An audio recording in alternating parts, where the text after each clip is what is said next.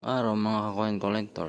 Ngayong araw po, pag-uusapan natin kung totoo po ba talagang mahal ang year 2005 na 1 peso mga ka-coin collector. Lilinawin ko lang po mga ka-coin collector, ito pong 5 peso na to ay may halaga. Luma man o bago ang barya mong hawak. Lalong lalo na kung ito po ay nasa sirkulasyon. Ito po ay ginawa ng ating mga Bangko Sentral ng Pilipinas para patuloy na umikot sa ating sirkulasyon. Ngunit meron po talaga mga barya na tinatawag na hard to find. At ito po yung mga barya na mahirap hanapin. Sa 5 piso po, ang taon po na hard to find ay year 2006. Dapat po year 2006 yan mga ka-coin collector.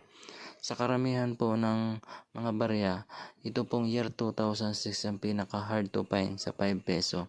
Kung ikaw po ay nangongolekta ng barya,